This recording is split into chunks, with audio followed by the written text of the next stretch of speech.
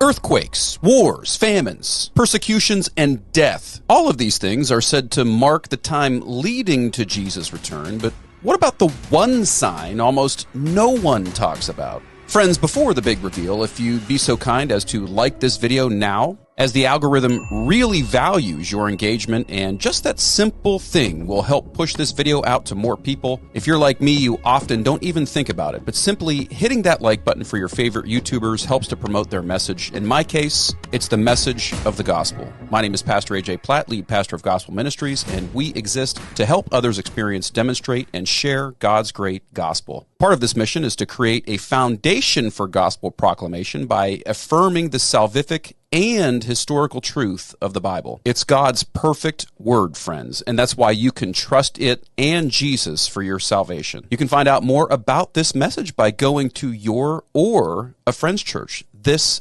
Sunday. Now to the issue at hand. What did Jesus mean when he said, "The gospel of the kingdom will be proclaimed throughout the whole world before the end would come"? Jesus said this in Matthew chapter 24, verse 14 of his Olivet Discourse. I ask this because many today say this is a sign that Jesus' return is near. Through their futuristic interpretation of the events described by Jesus in Matthew 24, and by futuristic, I mean they think it is a prophecy for our day, many premillennialists and dispensationalists, friends, just Google those words if you don't know what they mean, or just watch more of my content where I cover these and other issues. Nonetheless, they say Jesus was referring to the end of the world. Yes, as I've covered elsewhere, this is at least in part true. Remember, the Jews have a partial hardening until the fullness of the Gentiles come in, Romans 11:25. Plus, this is the whole point of the post-millennial worldview. Again, friends, see Google or just watch more of my content. The gospel will have tremendous success before Jesus returns. I think this is undeniably what the Bible teaches. Nonetheless, those words by Jesus do make it sound almost like Christians are going to bring about the end of the world, right? Well, yes, but what you have to remember is that the historic success of the church really brings about Jesus' glorious return and, therefore, a better world than the one we're currently living in. In fact, you actually believe this whether you know it or not.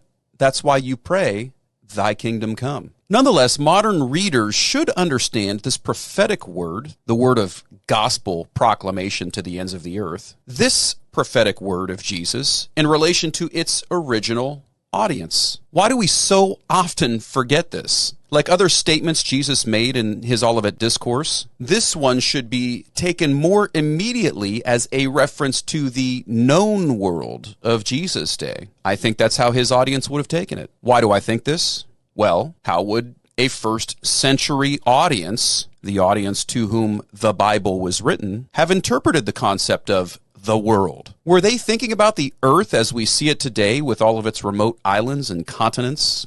Probably not. In order to prove this, take a look at how the Apostle Paul accentuates Jesus' real meaning in the Olivet Discourse in his writings about 30 years later, while saying this about the extent of the gospel's advance. "Now to him who is able to strengthen you according to my gospel, which has now been made known to all nations." This comment wasn't a fluke, however. Later, he also remarked in his letter to the Colossians, "The gospel which has come to you, as indeed in the whole world, is bearing fruit and growing." It seems to me that Paul had a pretty optimistic view of how well the early church was doing. To be honest, I believe this is the whole of the message of the book of Acts in the Bible, and particularly its ending, which many naively see as anticlimactic, because Paul's in prison. Yet if you follow the trajectory of Acts, you see that Jesus said in the beginning that his church would bear witness of him to the ends of the earth. So that's why Luke ends Acts with Paul in prison in Rome. It was his way of putting an exclamation point on the story. God's Spirit has given us the victory in Jesus. He was showing you that the church of his day was faithful to God's mission by taking the gospel to the capital of the known and inhabited world. This misunderstanding of the end, by the way, also seems to have been the thrust of the disciples' original question to Jesus as they walked away from the temple. When will these things happen, and what will be the sign of your coming at the end of the age? Yet this misunderstanding also illuminates the issues of greatest importance to the Jews of the first century, those of the temple, the sacrificial system, their laws and way of life. In other words, the end of the world wasn't the subject of Jesus' sermon that day as much as the end of their world, even if, for the disciples, those two were seen as the same thing. Yes, the Bible speaks of events that are yet to come. And yes, there still may be reflections in Jerusalem's